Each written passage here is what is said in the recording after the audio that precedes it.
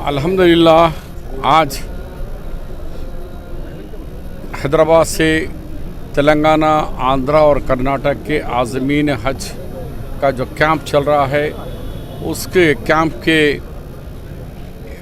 उन हाजियों को विदा करने के लिए कांग्रेस पार्टी की जानिब से हमें मदऊ किया गया था और यहाँ के इंतज़ामात भी अल्हम्दुलिल्लाह अच्छे हैं।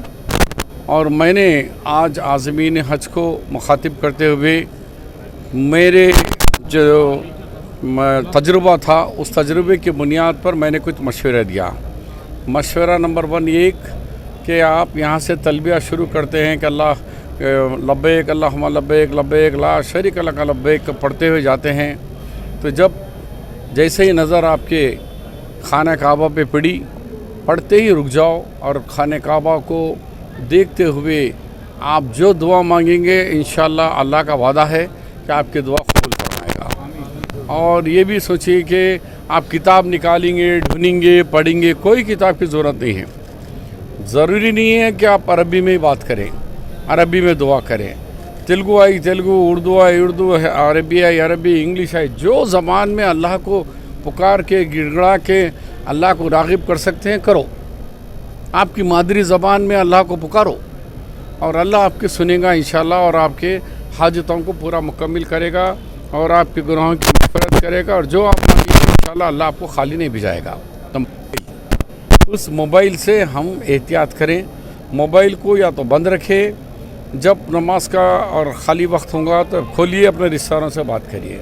क्या होता, आप नमाज़ पढ़ते रहेंगे ना, इधर से बजते रहता और आप वो डिफ़िकल्टी में आ जाते हैं कि किसका इम्पोर्टेंट फ़ोन है। इधर इमाम साहब की क़िरात चलते रह रही, इधर जो है मोबाइल बजते रहता। या फिर फ़्लाइट मोड में रखिए या फिर बंद करके रखिए, तो आके आपके इबादत में खलल ना हो। क्योंकि बच्चे पोतरा करी पोतरी नवासा अम्मा से कोई ना कोई करते रहते, दोनों की जगह वक्त अलग अलग है, 2.5 घंटे का फ़र्क है। तो यहाँ के लोगों को पता नहीं होता कि मगरिब में है, इशा में है, तो गलती से ये लोग भी कर लेते हैं। तो हमको एहतियात करना है और जितना भी वहाँ से मीना में और अरफात के मैदान में हर जगह एक ही सोचना है कि हम चंद घंटों के लिए, चंद दिनों के लिए यहाँ आए हुए हैं। हम जिस मकसद से अल्लाह, कई लोग इसकी आरज़ू लेके हैं कि अल्लाह मुझे हज नसीब नहीं है, तो आप लोग खुशकिस्मत है कि इस साल आपको हज अल्लाह ने आपको मेहमान बना। अब ये 2 साल से कोविड की बुनियाद पे हज नहीं हुआ, कई लोग अपने आरज़ुओं के साथ अल्लाह को पहुंच गए। कई लोग हज के पैसे भी बन के थे लेकिन हज नसीब नहीं हो सका। लेकिन आप खुशकिस्मत हैं, उसको पूरा इस्तेफ़ादा करिए और दुआ कीजिए कि ख़ास तौर पे मेरी आखिरी इल्तिजा है, दुआ अल्लाह बहुत कबूल करता है। बच्चे भी हैं, ख़वातीन भी हैं, दुआ इस मुल्क के लिए करें, सब के लिए करिए। जो नफ़रत फैला रहे हैं, नफ़रत को मोहब्बत में फैलाने वाला बना दे उनको, और जो लोग इस्लाम के दुश्मन बने हुए हैं उनको दोस्त बना दे। अल्लाह के पास कोई नहीं है कि किसी को भी अल्लाह जल्ले जलालहू उनको तौफीक दे सकता है।